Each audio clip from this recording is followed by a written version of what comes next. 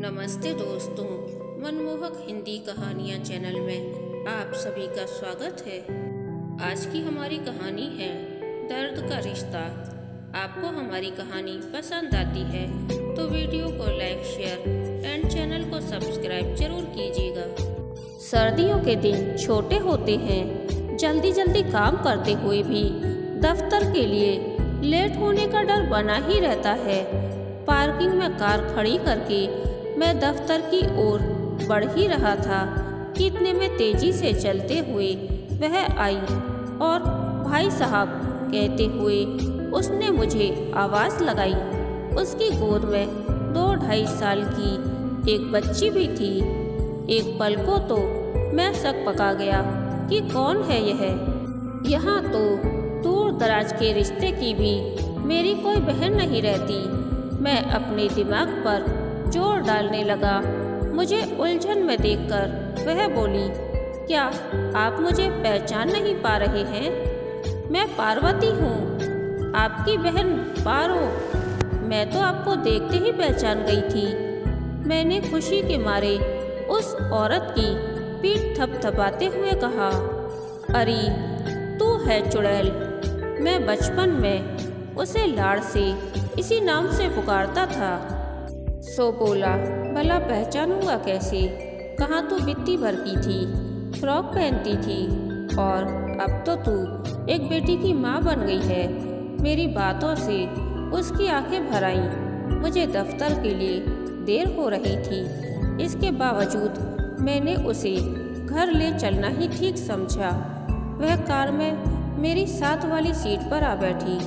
रास्ते में मैंने गौर किया कि वह साधारण थी। सूती साड़ी पहने हुए थी। मामूली से गहने भी उसके शरीर पर नहीं थे। सैंडल भी कई जगह से मरम्मत किए हुए थे।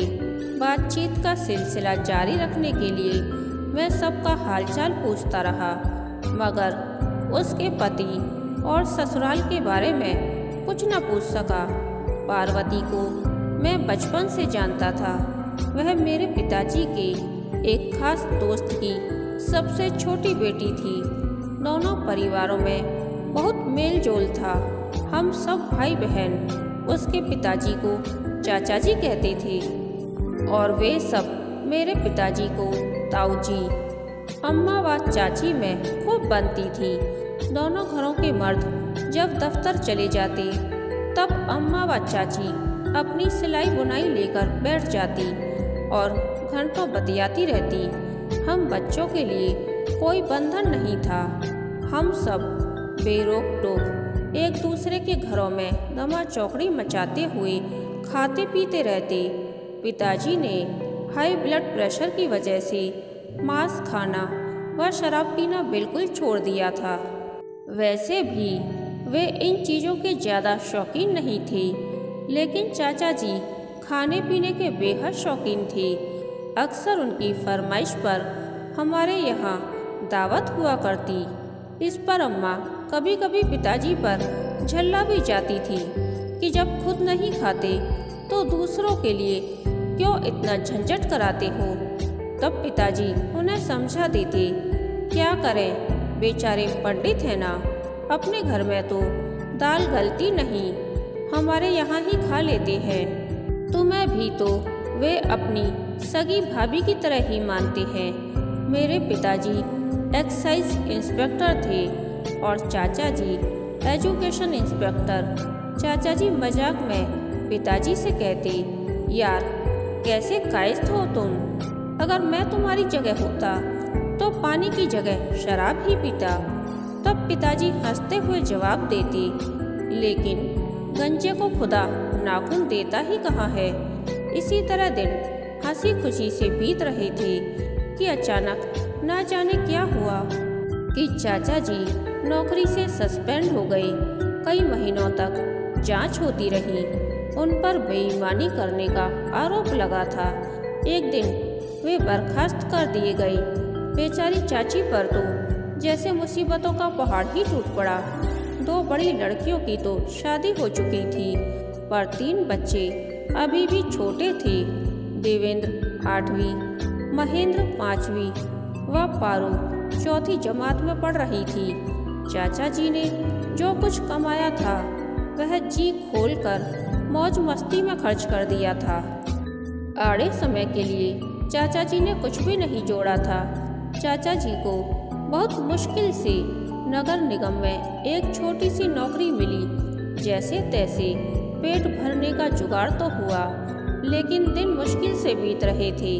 वे लोग बढ़िया क्वार्टर के बजाय अब छोटे से किराए के मकान में रहने लगे। चाची को चौका बर्तन से लेकर घर का सारा काम करना पड़ता था। लाड़ प्यार में पले हुए बच्चे अब जरा जरा सी चीज़ों के लिए तरसते थे। दोस्ती के नाते पिताजी उस परिवार की ज़्यादा से ज़्यादा माली मदद करते रहते थे। समय बीतता गया। चाचा जी के दोनों लड़के पढ़ने में तेज थे। बड़े लड़के को बीए करने के बाद बैंक में नौकरी मिल गई और छोटे बेटे का मेडिकल कॉलेज में दाखिला हो गया। मगर पारो का मन पढ़ाई में नहीं लगा। वह अक्सर बीमार रहती थी। वह बेहद चिड़चिड़ी और जिद्दी भी हो गई थी और मुश्किल से 8वीं जमात ही पास कर पाई। फिर पिताजी का तबादला बिलासपुर हो गया। मैं भी फॉरेस्ट अफसर की ट्रेनिंग के लिए देहरादून चला गया। कुछ अरसे के लिए हमारा उनसे संपर्क टूट सा गया। फिर न पिताजी रहे और न चाचा जी। हम लोग अपनी अपनी दुनिया में मशगूल हो गए। कई सालों के बाद ही इंदौर वापस आना हुआ था। शाम को जब मैं दफ्तर से घर पहुंचा तो देखा कि पारो सबसे घुल मिल चुकी थी। मेरे दोनों बच्चे बुआ बुआ कहकर उसे घेरे बैठे थे और उसकी बेटी को गोद में लेने के लिए उनमें होड़ मची थी। मेरी इकलौती बहन 2 साल पहले एक हादसे में मर गई थी, इसीलिए मेरी बीवी रमा भी ननद पाकर खुश हुई। खाना खाने के बाद हम लोग उसे छोड़ने गए। नंदा नगर में एक चालनुमा मकान के आगे उसने कार रुकवाई। मैंने चाची जी के पैर छुए पर वे मुझे पहचान न पाईं। तब पारो ने मुझे ढूंढ निकालने की कहानी बड़े जोश से सुनाई।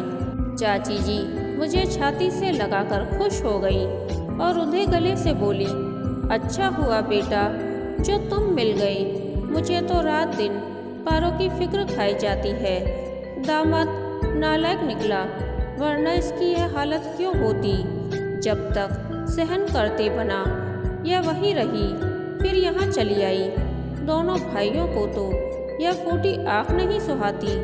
अब मैं करूँ तो क्या करूँ। जवान लड़की को बेसहारा छोड़ते भी तो नहीं बनता बेटा। इसे कहीं नौकरी पर लगवा दो तो मुझे चैन मिले। देवेंद्र भी इसी शहर में रहता था। अब वह बैंक मैनेजर था। एक दिन मैं उसके घर गया। उसने मेरी बहुत खातिरदारी की, लेकिन वह पारो की मदद के नाम पर टस से मस नहीं हुआ। पार्वती का जिक्र आते ही वह बोला, उसका नाम मत लीजिए भाई साहब, वह बहुत तेज जवान की है। वह अपने पति को छोड़ आई है। हमने तो सब कुछ देखकर ही उसकी शादी की थी। उसमें ससुराल वालों के साथ निभाने का ढंग नहीं है। माना कि दामाद को शराब पीने की लत है, पर घर में और लोग भी तो हैं, उनके सहारे भी तो रह सकती थी। वह घर छोड़ने की क्या जरूरत थी। देवेंद्र की बातें सुनकर मैं अपना समूह लेकर लौट आया।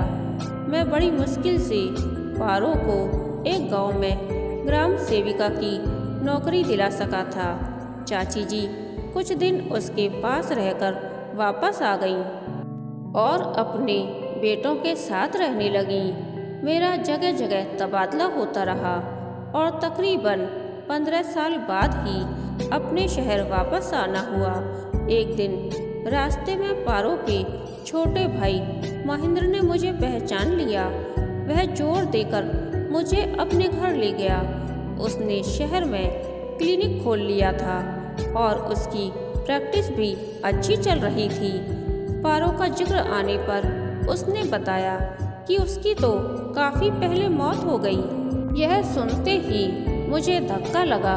उसका बचपन और पिछली घटनाएं मेरे दिमाग में घूमने लगी। लेकिन एक बात बड़ी अजीब लग रही थी कि मौत की खबर सुनाते हुए महेंद्र के चेहरे पर गम का कहीं कोई निशान नहीं था। मैं चाची जी से मिलने के लिए बेताब हो उठा। वे एक कमरे में मैले कुचेले बिस्तर पर पड़ी हुई थी। अब वे बहुत कमज़ोर हो गई थी और मुश्किल से ही उठ पाती थी। आँखों की रोशनी भी तकरीबन खत्म हो चुकी थी। मैंने अपना नाम बताया, तभी वे पहचान सकी। मैं पारो की मौत पर दुख जाहिर करने के लिए कुछ बोलने ही वाला था कि उन्होंने हाथ पकड़कर मुझे अपने नज़दीक बैठा लिया। वे मेरे कान में मुँह लगाकर धीरे से बोली, पारो मरी नहीं है बेटा, वह तो इसी शहर में है। ये लोग उसके मरने की झूठी खबर फैला रहे हैं। तुमने जिस गांव में उसकी नौकरी लगवा दी थी, वहीं एक ठाकुर साहब भी रहते थे। उनकी बीवी 2 छोटे छोटे बच्चे छोड़कर मर गई। गांव वालों ने पारो की शादी उनसे करा दी। पारो के अब 2 बेटे भी हैं। वैसे अब वह बहुत सुखी है, लेकिन एक बार उसे अपनी आंखों से देख लेती तो चैन से मरती। एक दिन पारो आई थी तो महेंद्र की बीवी ने उसे घर में घुसने तक नहीं दिया। वह दरवाजे पर खड़ी रोती रही। जाते जाते महेंद्र से बोली थी कि भैया मुझे अम्मा से तो मिल लेने दो, लेकिन ये लोग बिल्कुल नहीं माने। पारो की यादों में डूबकर चाची जी की आंखों से आंसू बहने लगे थे। वे रोते रोते आगे बोली, बताओ बेटा, उसने क्या गलत किया? उसे भी तो कोई सहारा चाहिए था। सगे भाई होकर इन दोनों ने उसकी कोई मदद नहीं की, बल्कि दर दर की ठोकरें खाने के लिए छोड़ दिया। तुम्ही ने उसकी नौकरी लगवाई थी। तभी मैंने महसूस किया कि सबकी नज़रें हम पर लगी हुई हैं। मैं उस जगह से फौरन हट जाना चाहता था जहां अपनों के मन में अपनों का दर्द नहीं। मैं अंदर ही अंदर घुटकर रह गया।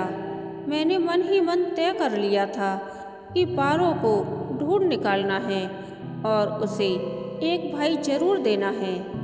कहानी के अंत तक बने रहने के लिए धन्यवाद। यह कहानी आपको कैसी लगी, प्लीज़ कमेंट करके बताइए।